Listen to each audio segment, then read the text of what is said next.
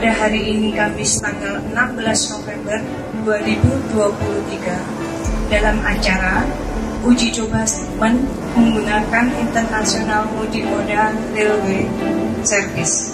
Yang terdapat di jajaran manajemen SMA CGM di Jakarta dan dari kepala kantor atau kepala cabang yang terdapat dari KAI Daops 4 dan juga yang terdapat tim kami dari BKLOK berkat dukungan, support, koreksi dan semuanya.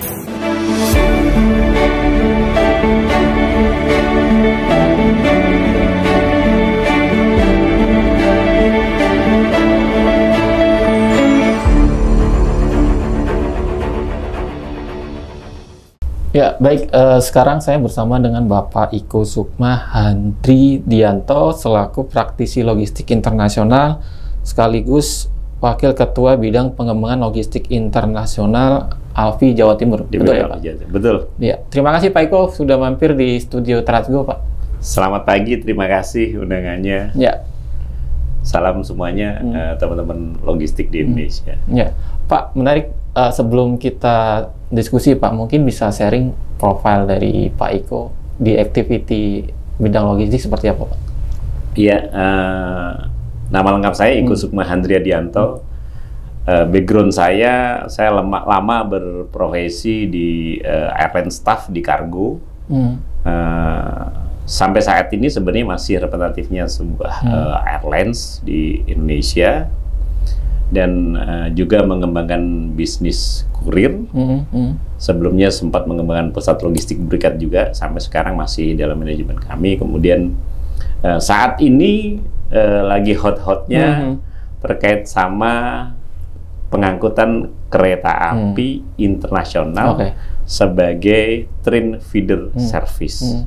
Jadi ekspornya itu sudah tidak di pelabuhan, tapi POL-nya PEB-nya di stasiun dan sudah 2 registrasi stasiun di Semarang Tawang, kemudian di Surabaya Beteng itu sudah terregister di CESA sebagai pelabuhan muat asal ekspor.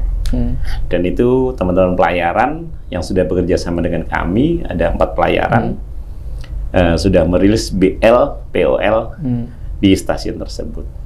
Ini menjadi satu terobosan untuk mengintegrasikan pengangkut laut dan darat yang sekarang lagi dikenal dengan nama multimoda. Jadi pengertian multimoda adalah mengangkut minimal 2 alat angkut berbeda dalam satu dokumen angkut.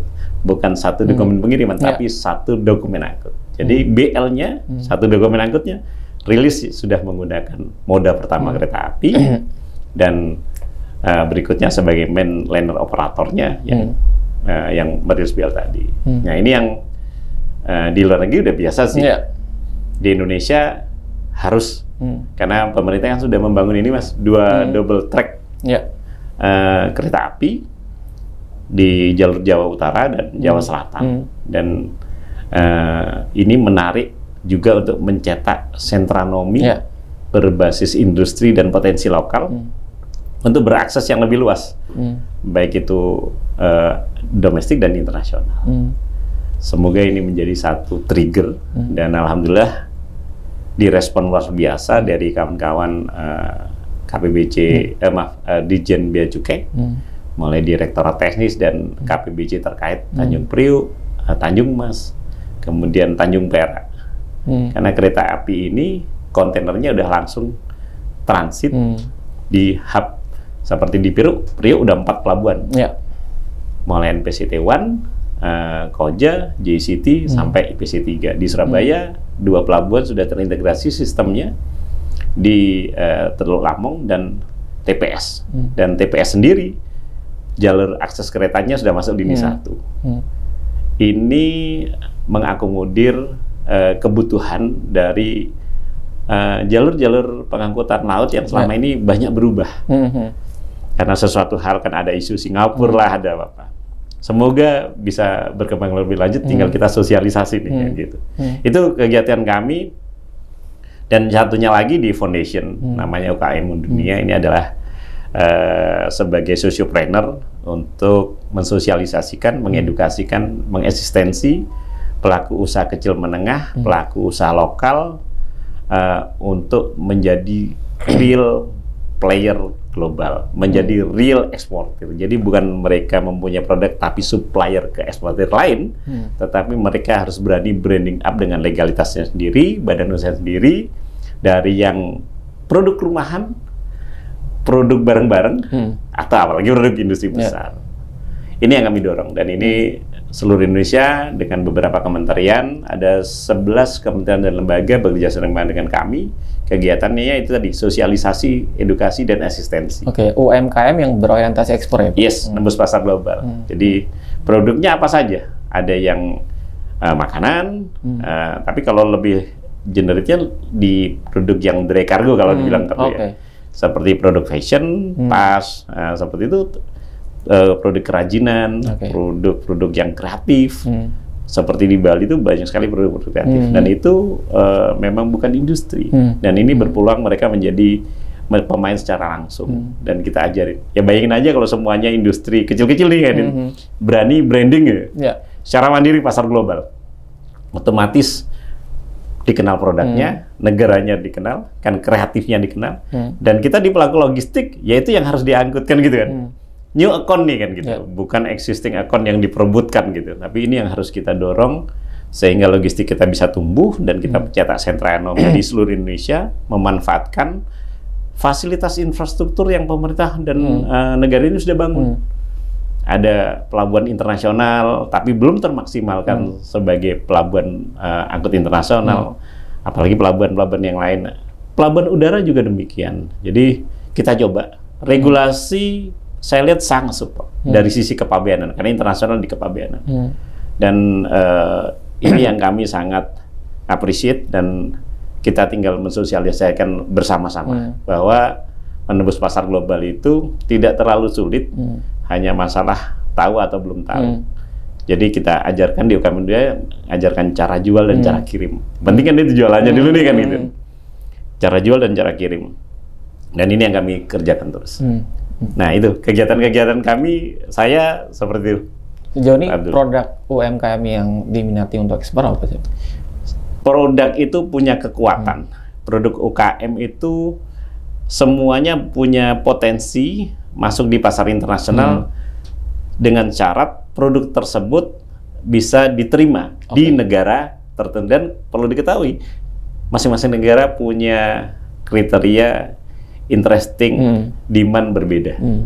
Jadi jangan sampai kita masuk ke negara yang interestingnya rendah. Nah itu secara digitalisasi, secara market analisa bisa dipelajari. Kita mau jual kopi nih kan gitu. Kopi sekarang udah bukan barang lartas kan gitu. Kopi udah sekarang kami dorong jual 1 kilo, 2 kilo, 10 kilo, sampai 30 kilo. Dan sekarang bukan hanya kopi.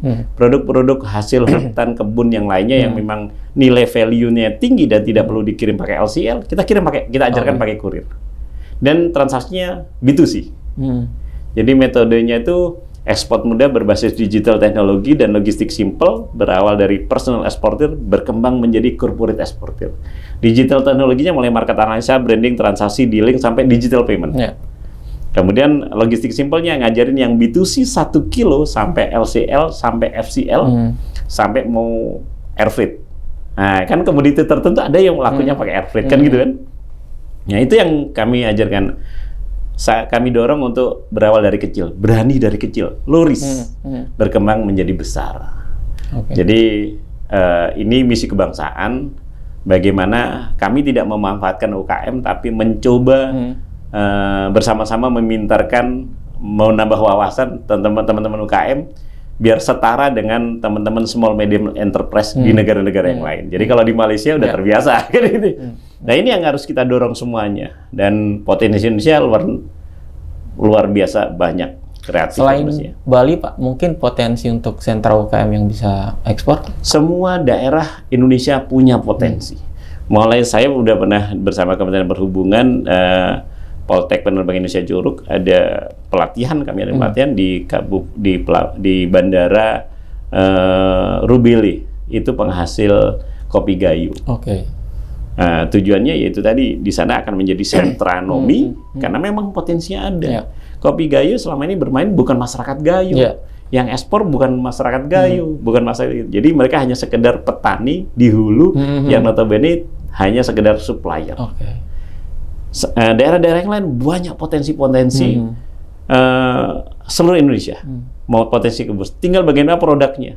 Produknya dijual fresh, genuine, atau dibuat turunan.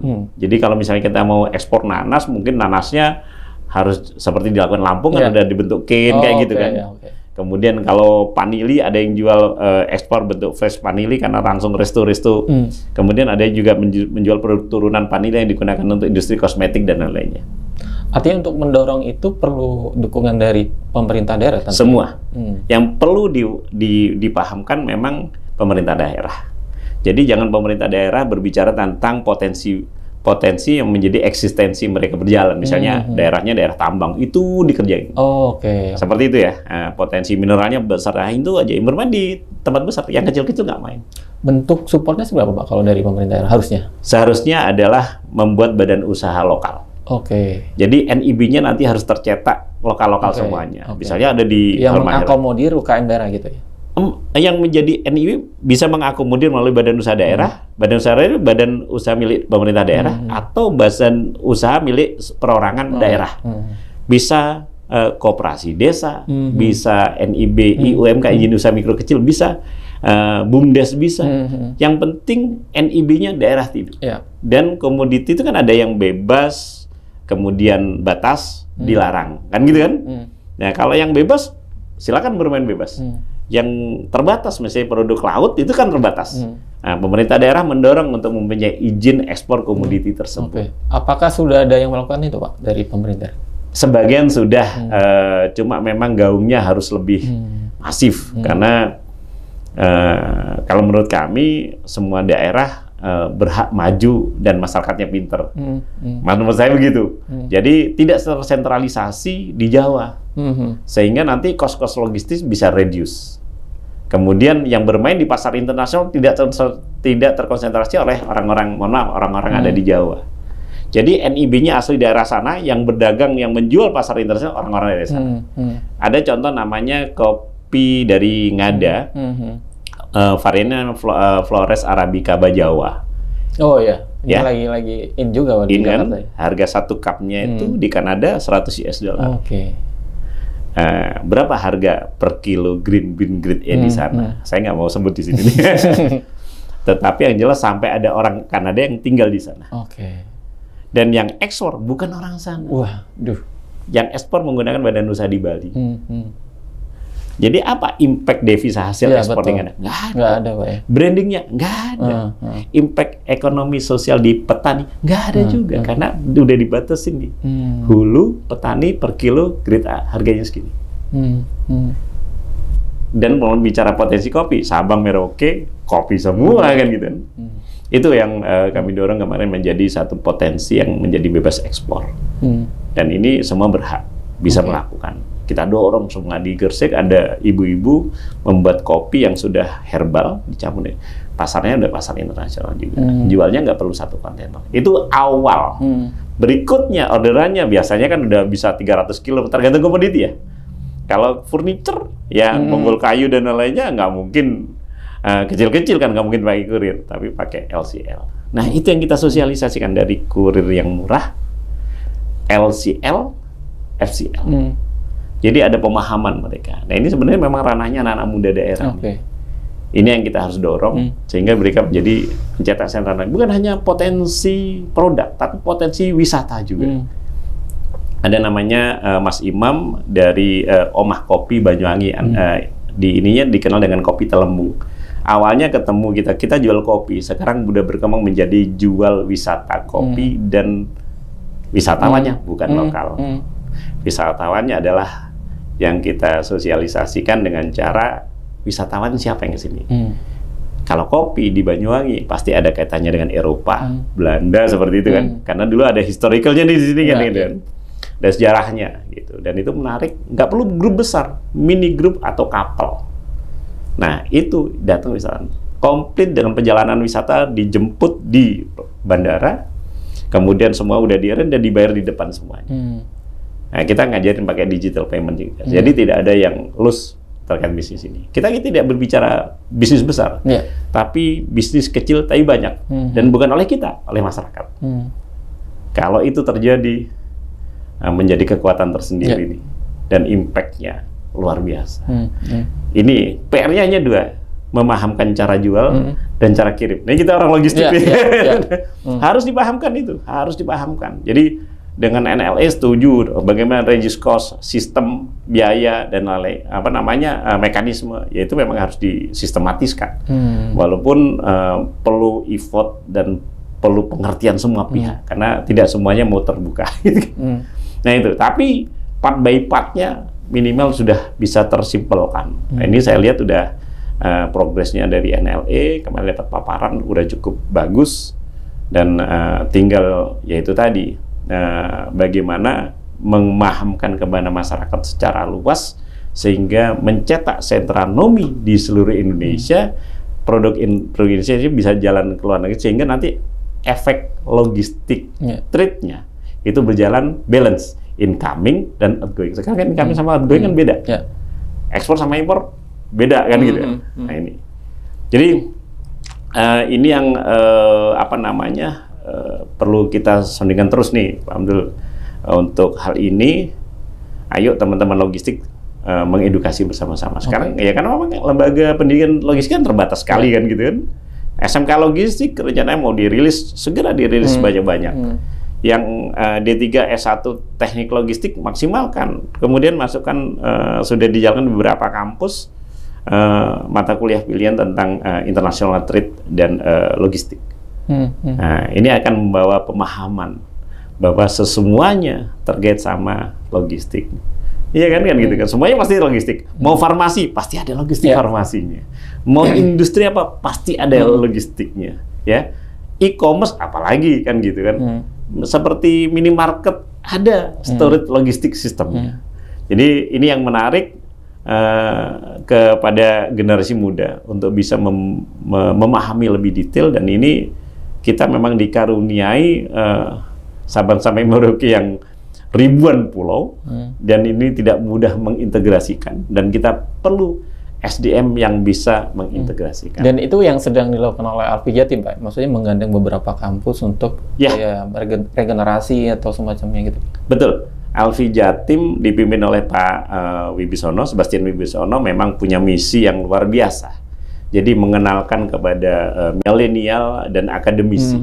Jadi Alfi Jatim memiliki MOU dengan beberapa kampus, dan kami welcome, bahkan ada satu kampus yang udah mulai melakukan pembelajaran online menggunakan fasilitas yang kami punya. Jadi masuk di podcast, di frame, bisa didengarkan banyak mahasiswanya kan gitu kan, dihadirkan praktisi-praktisi logistiknya, dan ada materinya. Jadi ada kampus-kampus yang memang concern di logistik, namanya STIAMAK, Sekolah Tinggi Ilmu Administrasi Manajemen Kepelabuhanan.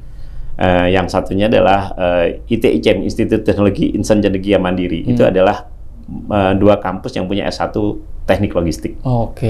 Di Jawa Timur. Sudah ada studi logistik di kampus itu. Jadi kampus itu punya jurusan teknik logistik. Nah ini yang menarik nih kan gitu kan. Jadi STIAMAK dulu concern di kepelabuhan saja, sekarang udah berkembang tentang mekanisme logistik sesungguhnya, karena kepelabuhan di penimbunan itu bagian dari logistik kan gitu kan. Padahal rantainya itu panjang banget kan gitu. Ini yang kami dorong. Supply chain management selama ini identik dengan industri, kita develop untuk menjadi supply chain commodity. Dan semuanya melibatkan banyak orang. Ini semangatnya Jawa Timur seperti itu. Pak Ketua, Pak Ketum, Pak Sebastian Wibisono terdepan hal itu. Itu pertimbangannya karena memang kondisi pelaku atau pekerja logistik di Jawa Timur terbatas, atau seperti apa Pak, yang mengharuskan ya kita harus regenerasi nih gitu. Yes, jadi kaderisasi secara profesional. Selama ini kan SDM dari teman-teman logistik kan berbackground dari latar belakang pendidikan berbeda-beda. Tidak ada yang spesifik mempelajari detail tentang logistik. Jadi ilmunya ilmu turunan semua, gitu, turunan. Nah, ini yang harus kami harus sharekan, dan kami teman-teman di akademisi misalnya nanti menerima teman-teman untuk job train atau magang ya, bisa di teman-teman anggota Alfie. Dan kalau misalnya biasanya kalau udah magang itu berkelanjutan kan, gitu. Betul. Lanjutan, karena udah tahu culture-nya, kenyamanannya, timnya, dan ini menjadi profesi yang profesional. Jadi bukan dapat secara akademisi pembelajaran. Kalau ngomong pembelajaran itu kan berbicara wawasan, tetapi kalau bicara skill adalah ditambah dengan experience, pengalaman. Kalau pengalaman yang lebih panjang jadinya expert kan, gitu. Lebih kontinu jadinya profesional. Nah, itu yang kita dorong. Kita contoh dari teman-teman yang ada di Singapura. Singapura tuh pembelajaran tentang teknologi logistik luar biasa, internasional luar biasa, dan mereka tidak bermain di Singapura. Singapura apa yang dimainin? Udah lintas negara. Yang menguasai logistik di Asia, mohon maaf nih, majority. Ada teman-teman dari logistik manajemen Singapura. Nah, ini yang Indonesia dikaruniai tempat yang luar biasa, harusnya kita dong yang bermain gitu. Nah, itu. Nah, kaitannya dengan Singapura kan kemarin juga dari Alfie kan melakukan kunjungan ya Pak ya? Ke Thailand. Apa yang dipelajari di sana Pak?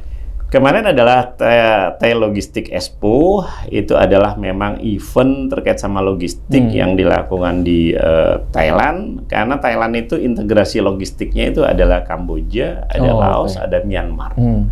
Jadi berbicara multimoda, karena saya concern di multimoda, saya diskusi dengan teman-teman pelaku multimoda bagaimana sistem yang dilakukan. Jadi di sana ada namanya multiport. Multiport itu pelabuhan yang memang bisa disapit menggunakan RWBIL, kemudian BL, RWBIL udara ya. Gitu. Kemudian ada domestik, ada tracking juga yang cross border. Ini menarik karena kita sebenarnya memang perlu seperti ini. Insya Allah besok kami diundang di acara perhubungan darat, Dirjen Perhubungan Darat di Kemenhub tentang multimoda di acara di Serpong. Mungkin kami kami sampaikan poin-poin. Berarti di Thailand itu untuk multimoda jauh lebih berkembang di sini, Pak. Saya belajar multimoda itu tahun 2010 waktu saya di Malaysia Airlines. Karena saya membawai Surabaya dan Pasar. Di Surabaya itu Malaysia Airlines operate narrow body, hanya 737 seri 400 daily, sedangkan di Surabaya itu kan areal industri, barangnya gede-gede nggak muat. Akhirnya kami propose untuk route feeder service Surabaya Denpasar. Di Denpasar kita Malaysia Airlines operate 777 sama 737 with body yang 777, dan itu sama Airbus 330, dan itu memungkinkan mengangkut barang banyak karena udah palletized, udah skid barangnya. Barang di Bali tidak ada industri. Hanya kami proposkan pertama kali namanya route feeder service. Kami set up satu company namanya Transporter Terang Angkutan Nusantara Persada, yang memang untuk support multimoda, dan dari Bea Cukai waktu itu meminta JPT yang dedicated. Tidak dicampur dengan kegiatan yang lain. Waktu itu masih belum ada peraturan tentang multimoda. Petunjuknya sih belum ada. Baru rilis 2011 PP nomor 8 tentang multimoda. Kemudian 2012 pemerintah Menteri Perhubungan mengeluarkan PM nomor 8 juga tahun 2012 tentang multimoda. Bea Cukai sekitar tahun 2018 mulai mengeluarkan keterkaitan dengan multimoda. Jadi istilahnya transshipment dan lain. Dan ini kami kembangkan semuanya bukan hanya di route feeder service, tapi udah intermoda dan multimoda antar pulau. Jadi kami kembangkan hub di Denpasar, internasional, tapi barangnya bisa dari Balikpapan, dari Makassar, dari Kendari, dari Indonesia Timur, masuk ke Denpasar langsung ke internasional. Ini yang kami kembangkan, kami dorong semua pelaku dan teman-teman pelaku. Kalau di udara, di ground handling itu sudah sangat familiar. Ada PT JAS, dulu ada KMLC, kemudian sekarang ada Angkasa Pura Logistik. Salah satu mitra dekat kami dalam pengembangan transshipment multimoda dan transshipment intermoda yang single rate di Denpasar. Itu berawal dari tahun 2011 sampai 2000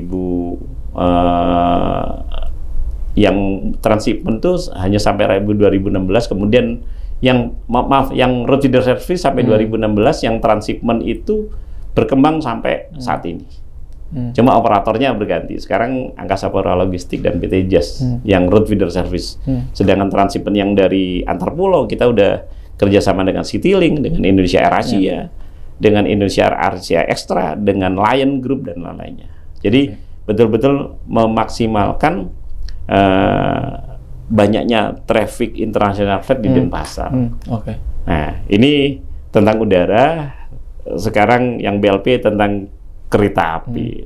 Dan Jawa Timur karena menjadi hub Indonesia Timur di laut, otomatis kami juga menerima referensi dari teman-teman Indonesia Timur yang melakukan transshipment. Biasanya yang klasik adalah Ridok. Ridok ini dikirim domestik, kemudian diberangkatkan dari Surabaya internasional. Kedepannya dan saat ini sebagian udah beralih, dari sana udah rilis internasional, transit di Surabaya sudah internasional, udah tinggal true. Nah ini, Bea Cukai cukup support regulasi-regulasinya. Terakhir itu terkait sama 2023 mengeluarkan Per Dirjen nomor 9 kalau salah. Itu banyak mengacu tentang kemudahan ekspor dan multimoda. Pak, sebenarnya kan konteks goal dari multimoda ini kan untuk efisiensi logistik gitu. Mungkin gambaran efisiensi yang sudah dikerjakan dari Pak Iko dengan proyek-proyeknya itu seperti apa sih, Pak? Jadi efisiensi itu mengacu pada efisiensi dokumen, efisiensi teknis dan waktu, dan efisiensi biaya. Syaratnya itu. Kalau tidak mengacu salah itu, jatuhnya nggak efisien, nggak akan menarik. Dan ini memang perlu perjuangan, karena merubah sesuatu yang biasa menjadi tidak biasa kan gitu. Dan mohon maaf, mungkin ada sesuatu atau kelompok tertentu yang terganggu. Ini normal. Ya kami mohon maaf, mungkin terganggu kayak gitu. Tetapi misi negara ini, misi kita semuanya adalah bagaimana image di masyarakat internasional, efisiensi di Indonesia itu terjadi. NLA terbentuknya karena memang efisiensi terkait sama lembaga apa namanya performance indexnya, logistik performance indexnya Indonesia itu terkait efisiensi semua. Nah, tidak bisa kerja sendiri, integrasi sistemnya jalan, integrasi dokumennya, sistem dan dokumen harus jalan juga kan. Pengangkut atau stakeholdernya support semua, termasuk lembaga institusi terkait komoditi. Misalnya komoditi tertentu kan di bawah kementerian tertentu. Komoditi seperti ikan itu kan terkait sama karantina dan lain-lain. Ini harus. Nah ini kalau NLA udah menyangkut semuanya. Kalau di kami mencoba dari sisi-sisi efisiensi yang lainnya, ini terus berkembang terus. Makanya besok hari Jumat insya Allah pagi kami dengan tim NLA di pusat, di gedung Bea Cukai pusat, kami akan diskusi tentang arah integrasi ini. Karena ini akan menyangkut LPI dan menyangkut image logistik Indonesia secara internasional. Ya kami ada di Jawa Timur, tapi kami mencoba yang kecil dulu lah. Whatever kami lakukan semoga menjadi sesuatu. Dan ini adalah semangatnya semuanya. Semangat semuanya dari Alfi Pusat juga. Semua saya pikir stakeholder mendukung itu semuanya. Kalau komitmen dari KAI Pak untuk mensupport multimoda ini Pak? Ya, KAI sangat memang sekarang antusias sekali. Dulu pernah dicoba pertama kali multimoda integrated dari Gede Bage tapi tidak sukses. Terpending ya, bukan tidak belum sukses. Kemudian baru kemarin rencana diaktifkan kembali. Kemarin saya acara di Bandung adalah sosialisasi tentang reaktivasi Gede Bage sebagai terminal multimoda kereta api dan laut. Dan itu udah terintegrasi dengan teman-teman pelindo juga. KAI karena memang punya fasilitas harus kan gitu kan, harus terdepan. Kalau kami ini di Bintang Laut Platinum, non saya plat kuning ya, swastanya kan gitu. Dan kami sampaikan juga ada beberapa poin menjadi highlight atensi dan supaya efisiensi itu terjadi. Kalau enggak tidak akan efisien. Jadi ada banyak pertimbangan teknis, non teknis dan culture juga, kebiasaan. Nah ini KAI sangat support dan kami dengan KAI terus mengembangkan KAI dan KAI logistik ya. Kalok ya. Ya, Kalok. Dan semangatnya sama. Makanya kemarin kita yel kami adalah inovasi, improvisasi kereta api logistik tiada henti. Gitu. Artinya, ayo bareng-bareng. Karena PR-nya banyak. Kalau ini terjadi, luar biasanya ini. Sentra ekonomi di Jawa ini merata. Artinya secara infrastruktur untuk bisa mensukseskan multimoda ini, dibutuhkan semacam kayak dry-pot seperti yang ada di Cikarang ini, Pak? Yes, konsep di Cikarang adalah dry-pot. Kita tahu beberapa stasiun tidak punya load seperti dry-pot. Ini menjadi pertimbangan. Di Gede Bage memungkinkan, kemarin dilihat ada 3.500 TEUs per bulan, memungkinkan, dan itu saya lihat balance sih. Artinya kalau balance itu bagus kan kita. Bintang Laut Platinum tidak punya rute ke arah lain selain rute Kampung Bandan sampai ke Stasiun Benteng. KAI, Kalok punya rute semuanya. Dan menurut saya lebih mudah mengintegrasikannya gitu. Dan mau kerjasama dengan siapa saja bisa, areal mana saja bisa, mau menitik sentra ekonominya, sentra ekonomi berbasis industri, misalnya kawasan industri, memungkinkan sekali. Jadi kalau KAI infrastruktur udah ada, tinggal nanti penyempurnaan tentang regulasi TPS stasiun. TPS stasiun ini masih belum mengacu pada TPS pelabuhan. Nah ini yang perlu karena TPS pelabuhan harus punya fasilitas seperti Gamare dan lain. Kan kita bicara bukan hanya ekspor saja, impor juga kan gitu. Nah bertahap, nanti dari itu yang mengatur antara Dijen Bea Cukai dengan Dijen Perhubungan Kereta Api. Dan semangatnya insya Allah sama. Ini menjadi interesting untuk investor. Apakah sudah ada yang tertarik, Pak, untuk pengembangan dry-pot di daerah-daerah sampai Jawa Tengah, Jawa Timur? Ada. Jadi kami mengacu pada data-data existing perjalanan kontainer dari mana-mana. Itu ada. Jadi mungkin kan sekarang ada di Jawa Tengah, ada di Batang, ada kawasan industri nih, walaupun belum ketahuan berapa tonnage-nya, berapa kontainer, berapa TEUs yang jalan kan gitu. Terus kemudian ada Cirebon, ada Cikarang Depot itu nanti mengembangkan Batang rencananya, Kendal sekitar situ. Jadi mengenai investor yang mau mengembangkan ya nggak perlu investor lain, KAI sendiri. Atau teman-teman pemain rangkaian kereta api. Rangkaian kereta api itu kan ada 6 kalau nggak salah ya. Ada kalau nggak kereta api logistik, ada Bintang Laut Platinum, ada Jatim Petroleum Logistik, ada DAS, ada BWI, terus ada apalagi ada ya 6 atau 7. Nah, ya mungkin mereka bisa menjadi pemain.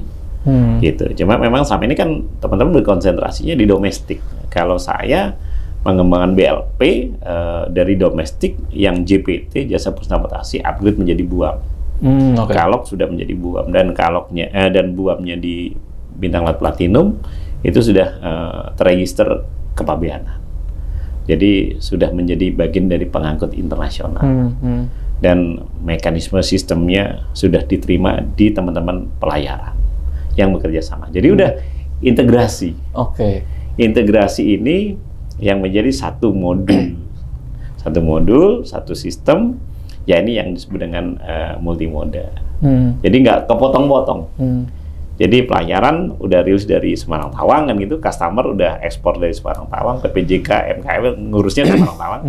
Dokumen kepabeanan selesai di Semarang Tawang. Kan terakhir itu kalau pelaporan kepabeanan namanya rekonsiliasi, pelaporan terakhir. Nah itu dilakukan di Semarang.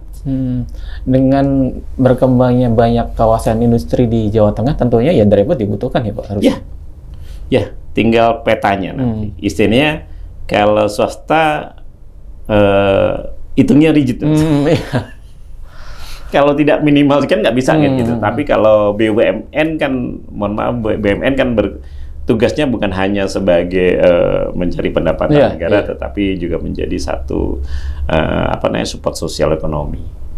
Nah seperti itu. Ini ya mungkin KAI akan berkembang seperti itu tentunya kalau saya baca seperti itu. Kalau di swasta, di kami meng-create sesuatu sekiranya nggak rugi, nggak rugi. Kalau rugi di awal, istilahnya dalam bisnis plan-nya udah jelas kan gitu kan, udah jelas seperti itu. Sebenarnya BUMN juga gitu juga sih kan gitu. Cuma kan kita itu skup kecil dulu lah, jangan besar dulu. Kecil, running well, oke, bisa berkembang besar. Nah, berkembang besar tergantung bagaimana KPI, SLA dan evaluasi dari teman-teman pengguna jasa dari sisi prinsip MLO dan sisi eksportir MKL-nya kan gitu kan. Itu. Kalau progres double track sendiri, Pak? Kalau progres double track itu yang saya tahu dari jalur utara udah 100%. Jalur utara ya. Kalau jalur selatan ini mungkin 95% kalau nggak salah. Dia ada beberapa ruas yang mendekati Surabaya itu belum final. Hanya itu yang jalur selatan. Karena saya lihat masih jalur selatannya Surabaya ini, Jawa Timur yang di ujung ini masih satu. Mungkin nggak tahu ujungnya di sekitar Mojokerto, Krian atau sebelah mana. Tapi informasi yang kami dapat hampir selesai. Artinya ketika itu semua selesai ya akan memudahkan semua ya Pak untuk koneksi ya. Ya, ini berharap pemerintah lebih membantu mensosialisasikan siapapun di situ. Ayo kita kan bersama-sama nih kan gitu kan. Kalau itu tersosialisasikan baik, karena di kami sendiri juga pernah berdiskusi dengan BKPM, berdiskusi dengan teman-teman Bappenas, Kemenko, yang memang tujuannya bukan hanya berbicara tentang angkutan, tetapi impact sosial, impact ekonomi pembangunan ke depannya. Nah, kalau itu kan di luar ranah kami nih kan gitu kan. Dan kami mensupport teknisnya, usulan teknisnya, kemudian akses bisnisnya kan gitu. Dan ini saya hanya melihatnya, kalau saya mengukurnya dari pendapat masyarakat internasional. Jadi teman-teman di luar negeri melihat bisnis gimana, perkembangannya gimana, karena mereka akan mengacu. Indonesia bisa berkembang apa enggak nih? Indonesia kira-kira jalannya gimana nih? Indonesia ada problem konflik apa enggak nih? Kan gitu kan? Nah, kita harus meyakinkan itu semuanya. Kami hanya terbatas di teknis. Ya, teknis. Sedangkan yang lainnya kan di luar kami Mas. Gitu. Kaitannya yang Pak Iko tadi sampaikan soal bahwanya dengan multimoda ini ada pihak-pihak yang terganggu itu. Apakah yang dimaksud Pak Iko itu tracking, Pak? Karena kan konteksnya pasti akan berkurang loh volume. Betul. Saya nggak mau menyebutkan sih sebenarnya. Tetapi dia tersebutkan. Jadi gini, saya untuk mengantisipasi itu sudah diskusi dengan teman-teman Organda. Arterindo juga. Jadi yang terkait sama pengangkutan kita itu kan kontainer atau kalau truknya adalah trailer. Trailer ini ternyata yang saya dapat terima kajiannya di atas 200 kilo. Ini benar enggaknya tergantung di lapangan. Ini analisa yang tersampaikan ke kami. Di atas 200 kilo pengangkutan trailer itu nggak efisien. Di atas 200 kilo. Dengan tracking? Dengan trailer. Dengan trailer. Ya, bukan beda dengan tracking box ya. Tracking box itu bolak-balik bisa ngisi. Trailer nggak bisa ngisi. Iya, betul. Iya kan? Tambah jauh, pulang. Gitu. Jadi jatuhnya nggak efisien. Betul. Dan mereka pakai high cost. Kenapa? Market nggak bisa naik lagi. Dengan harga yang seperti yang rendah itu, hanya mereka setengah angkat tangan kan gitu, setengah angkat tangan kan, tapi ya udah begitu. Dan inilah yang kami lihat potensinya.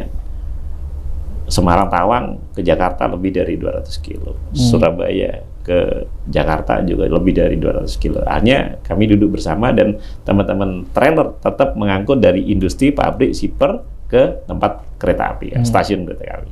Itu tugasnya. Jadi tidak jauh-jauh nih kan gitu kan, jauh-jauh. Itu kemarin sempat disinggung dengan yang Gede Bagi ke Jakarta tidak sampai 200 kilo. Tapi itu tergantung nanti perkembangan ke depannya kan gitu kan. Karena kan selama ini di Bandung sudah terfasilitasi tol, tidak jalur puncak lagi, trailer udah biasa bolak-balik gitu. Tapi itu hal normal dalam sebuah kompetisi bisnis. Bisnis itu semuanya ada permasalahannya dan ada kompetisinya. Tinggal bagaimana kita memberikan sesuatu nilai lebih. Jadi kalau kita berkompetisi dengan trailer, memang mungkin iya, tapi ya itu tadi kami dapat masukan untuk di atas 200 kilo lebih cenderung diakomodir di kereta api dan memang biayanya lebih murah. Karena goalnya sebenarnya efisiensi logistik secara nasional. Banyak goalnya. Jadi efisiensi iya, ada secara internasional ada namanya ekologistik ya. Ekologistik itu green concept. Jadi meminimalisir kendaraan berbahan baku fosil ya. Kalau truk jumlahnya banyak, kalau kereta api kan satu tarik udah banyak kan gitu kan.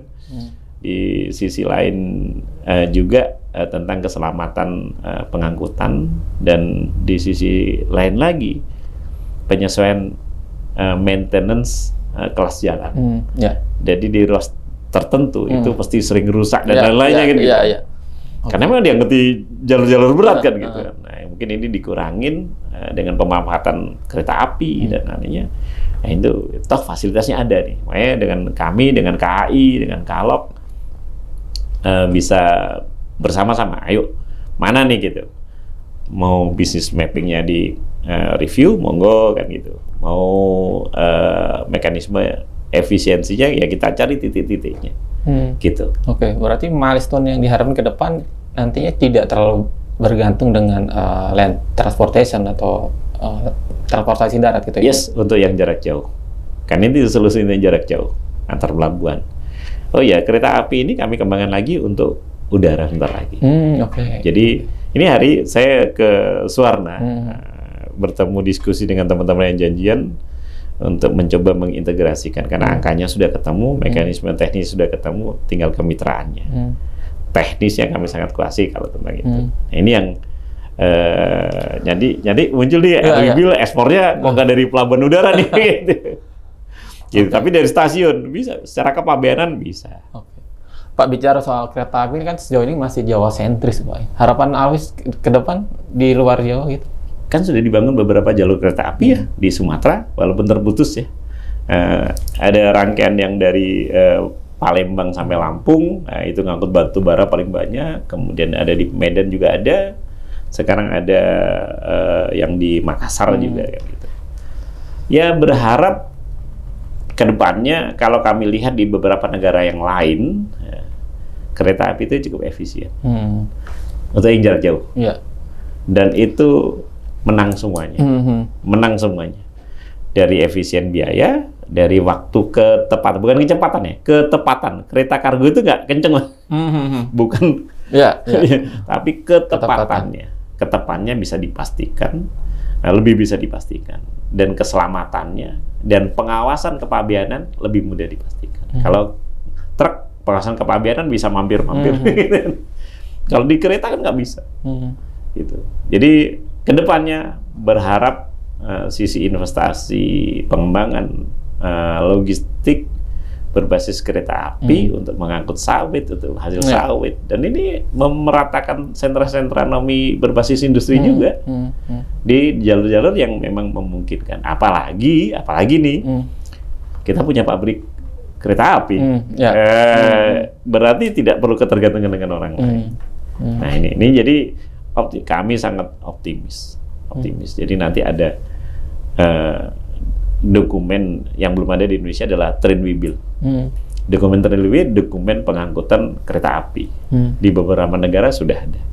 Konsepnya sama persis dengan RWBIL dan BL laut, RWBIL udara. Tinggal nanti konten regulasinya yang berbeda. Nah ini yang muncul multimoda yang betul-betul full power dan bergerak dari port to port, bukan door to door. Kalau door to door udah menurut saya bukan multimoda, gitu, hanya pengangkutan biasa saja kan gitu kan. Tapi kalau sudah multimoda, satu dokumen, memang regulasi tentang definisi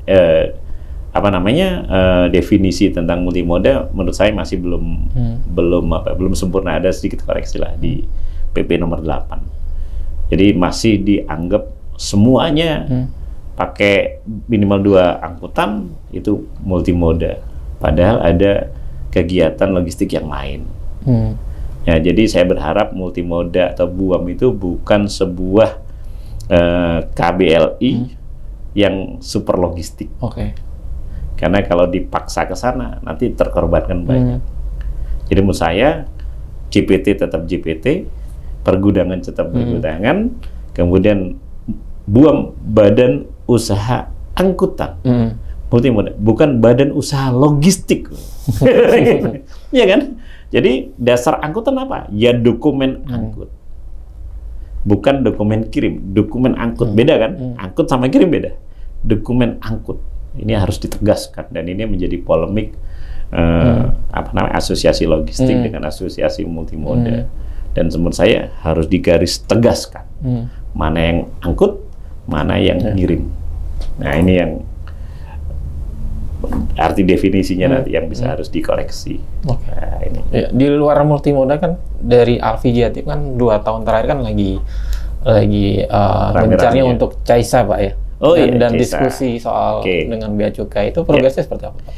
CAISA progresnya bagus, kecepatannya bagus, beberapa problem sudah solve, dan karena memang awal CAISA diterapkan yang berawal dari modul yang ditransferkan, itu kan komunikasinya tidak live.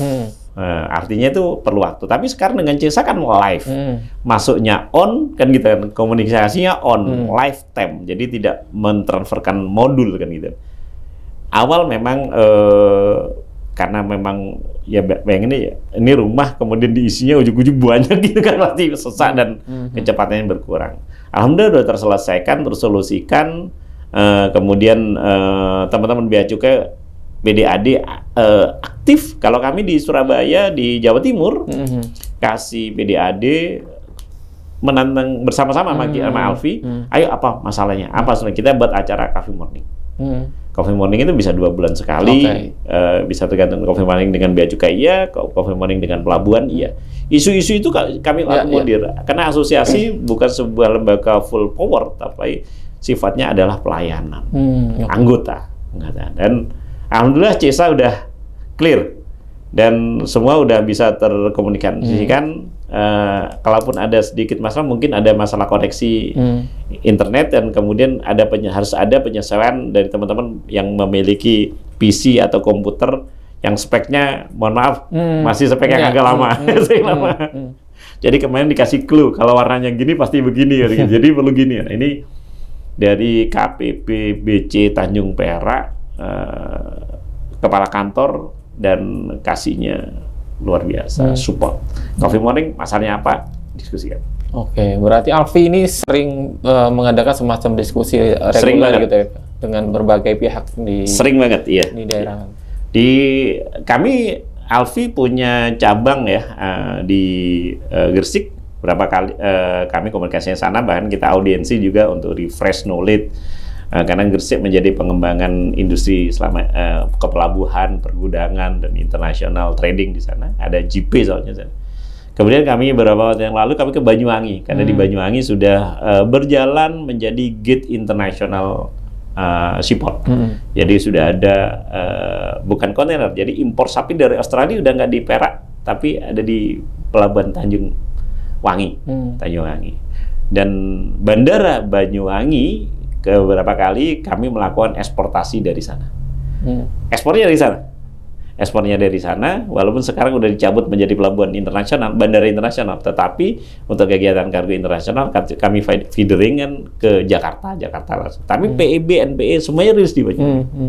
Nah ini, jadi kami akomodir seluruh Jawa Timur tentang logistik. Kami dorong. Sekarang ada pelabuhan Kediri, Doho. Kami petakan, ada teman-teman yang sudah aktif di sana, ayo apa yang diinikan. Jadi intinya kami mencoba bersama-sama semua pengurus ini yang menjadi amanah nih untuk bisa mencoba mengintegrasikan secara regulasi, mengkomunikasikan secara di internal asosiasi dengan stakeholder terkait, termasuk plus sekarang adalah akademis. Itu yang kemarin kegiatannya banyak. Oke, tapi secara umum program kerja dari Alfi kepengurusan Pak Wibi ini seperti apa sih Pak di periodenya? Kami punya target program dulu, semuanya ada per tahun adalah ini. Kami lucunya baru 2 tahun, hampir 3 tahun ini lebih dari 70%, 80% sudah terselesaikan. Jadi ini programnya apa lagi nih? Tapi ya ini semangat dan respon dari anggota. Sekarang banyak anggota baru yang masuk. Jadi banyak teman-teman di PPJK. PPJK itu kan bisa masuk dari importir ya. Kemudian mereka tidak anggota ALFI. Karena kami aktif, akhirnya mereka ada masalah, akhirnya menjadi anggota. Dan target kami ini sekarang tahun ini ada sekitar 18 anggota baru. Dan 18 anggota baru. Dan ini target, udah lama target gitu. Ya kami ngelihatnya itu adalah bentuk apresiasi sih sebenarnya dari anggota, dari stakeholder, dan dari untuk pengurus. Jadi apresiasi ini kami pertanggungjawabkan secara moral jatuhnya seperti itu. Jadi kita komunikasi dengan anggota, ya stakeholder wajib. Bea cukai, isu apa nih? Halal, isu apa nih? Kan gitu kan. Ke pelabuhan, oh jalur merah kebanyakan, gitu. Oh karantina, KSOP, beda ganti struktur, bandara, nah itu semuanya harus terupdate. Media kami aktif, bisa dilihat di betul tanggalnya tanggal per hari ini gitu. Kami pulang dari kegiatan mana pasti nanti pasti diwartakan. Diwartakan. Ya semoga menjadi manfaat buat ekosistem logistik dan menjadi integrasi asosiasi dan stakeholder. Pak, melihat perkembangan infrastruktur selama 10 tahun terakhir kan pemerintahan Pak Jokowi kan sangat konsen di situ, Pak. Kalau melihat di Jawa Timur sendiri untuk menunjang logistik sejauh mana, Pak, di sana? Infrastruktur sudah bagus. Tol sekarang udah hampir sampai di ujung ya, sampai di Probolinggo, hampir Situbondo. Ini kalau terintegrasi bagus. Kemudian pelabuhan sudah berjalan. Kemudian pengembangan ada sentra KEK di JP. Kemudian infrastruktur yang ada kalau Jawa Timur sebenarnya udah komplit dari dulu dan tinggal kita mengoptimalkan, memaksimalkan. Yang baru memang akses tol. Akses tol ini sangat impact sekali kepada masyarakat. Sekarang pengguna logistik, sekarang banyak industri di Pasuruan tidak memanfaatkan penerbangan yang ada di Juanda, tapi bablas langsung di Jakarta. Kan hitungannya juga nggak panjang, hanya sekitar 12 jam udah sampai kan gitu. Betul. Nah, tinggal safety-nya aja dipertimbangin. Support untuk regulasi keterkaitan kepabeanan cukup upgrade. Kemudian biaya mungkin menjadi satu pertimbangan ya. Kadang-kadang mohon maaf operator pelabuhan menaikkan tarif ya memang mungkin kajiannya memang wajib udah waktunya menaikkan tarif kan seperti itu. Selama service levelnya oke, menurut saya nggak ada masalah kan gitu kan. Dan itu teman-teman Pelindo cukup memperbaiki. Dan ya kita saling mengingatkan aja. So far perkembangan logistik mohon kalau kami usul pengembangan teknik logistik regulasinya mohon diakomodir lebih cepat gitu aja sih. Infrastrukturnya udah oke. Pelabuhan-pelabuhan ini kita tinggal optimalkan, kita tinggal maksimalkan. Mana yang bisa percepatan go ahead, mana yang bisa dikembangkan go ahead. Sentra ekonomi pastikan harus terjadi di masing-masing biar kapalnya baliknya nggak kosong kan gitu kan. Kemudian ekspor dan impornya balance sehingga teman-teman pelayaran juga kalau sama-sama bolak-balik isinya penuh kan bagus. Gitu. Kalau datangnya penuh pulangnya kosong kos juga kan gitu. So far infrastruktur bagus. Baik. Terakhir mungkin Pak Iko. Apa yang akan dikerjakan Pak Iko mungkin juga ALFI Pak ke depan? Ya, kalau di ALFI karena terkait sama ketentuan DPP, kami mengacu pada ADART yang sudah ada, tinggal inovasi pelaksanaan di lapangan dan frekuensi kegiatan, ya terutama untuk sosialisasi. Ini yang menjadi target utama. Makanya kami di ALFI Jawa Timur pelatihan PPJK setahun 3 kali terlaksana terus, Pak. Setahun 3 kali terlaksana terus. Kemudian sosialisasi yang lain-lainnya kami berjalan semuanya. Kami akomodir solve problem yang pendek dijalankan. Pak Ketum, Pak Subasti Wibisono, saya akuin cukup concern. Kemudian itu ALFI Jawa Timur. Jadi tidak bisa keluar dari ADART yang sudah ada, program yang sudah ada. Kita tinggal menambah frekuensi, sosialisasi, edukasi dan lain-lain dan meluaskan jaringan. Itu aja. Kalau di ALFI. Kalau di saya pribadi terkait sama terutama foundation kami itu sebenarnya hanya membantu sosialisasi aja. Cuma memang konten materinya cukup di interest banyak pihak. Jadi soalnya mencetak real eksportir memang tidak mudah. Kami mencoba nanti mungkin bekerja sama dengan Pelindo, Angkasa Pura untuk kan dua BUMN ini sebagai gateway. Apapun kontainernya masuknya di Pelindo, apapun kargo udaranya pasti masuk di Angkasa Pura. Mungkin itu dengan mencetak new account. Jadi mencoba mengedukasi masyarakat secara umum, terutama milenial, untuk mengoptimalkan digital, menguasai trading internasional, menguasai cara jual dan cara kirimnya, biar bisa membantu potensi apapun yang ada di daerah, bisa terkirim atau tertradingkan, terjual di pasar internasional. Jadi kalau misalnya sekarang banyak impor kan gitu kan ya. Ya siapa yang mau bisa mencegah impor kan gitu kan. Ya balik ke regulasinya juga kan gitu. Kemudian yang minimal di kami ekspornya. Karena itu martabat kita sendiri karena ekspor.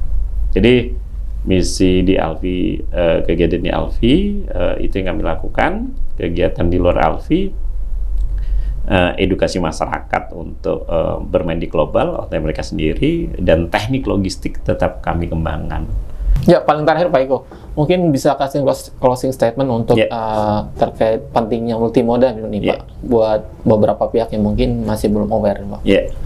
Jadi multimoda ini adalah bagian dari solusi untuk mengintegrasikan dua moda yang berbeda dalam satu dokumen angkut. Saya garis bawahi, satu dokumen angkut bergerak dari port satu ke port internasional yang lain. Pentingnya itu adalah betul-betul mencetak kemudian dan image secara global, karena integrasinya dengan pelayaran internasional. Kami dengan CMA CGM itu pelayaran nomor 3 terbesar dunia kan gitu. Nah, kenapa itu? Akhirnya teman-teman CMA CGM membawa servis layan ini secara global. Memang kami concern baru diimpor. Tuntutan dari teman-teman industri adalah kami concernnya di ekspor. Teman-teman industri mintanya diimpor juga. Nah, ini nanti bertahap. Jadi integrasi multimoda saat ini memang diperlukan, dibutuhkan, bukan sebuah sensasi seremoni, tidak, tapi sifatnya kebutuhan dan fasilitasnya sudah ada. Support regulasi sebentar lagi sudah dirilis secara petunjuk teknisnya, tapi sekarang sudah berjalan dan hampir seminggu 2 kali kami sudah jalan, dan ini mulai bergerak nanti tersosialisasikan dengan baik ke teman-teman pelaku logistik, karena selama ini masih belum banyak yang tahu. Dan ini bukan kompetitornya EMKL atau PPJK, tapi kepanjangan tangan servis dari mainliner operator, baik itu di air freight atau di shipping line, di airline atau di shipping line. Gitu, ya, baik. Terima kasih untuk waktunya Pak Iko. Sukses untuk program-program Alfie dan program aktivitas dari Pak Iko ya. Terima kasih Pak Abdul atas waktunya, dan semoga menjadi satu yang bermanfaat buat teman-teman pelaku logistik, dan ayo terus berinovasi, berkreasi. Logistik kita harus setara dengan logistik internasional di negara yang sama. Amin. Ya, terima kasih Pak. Terima kasih Mas.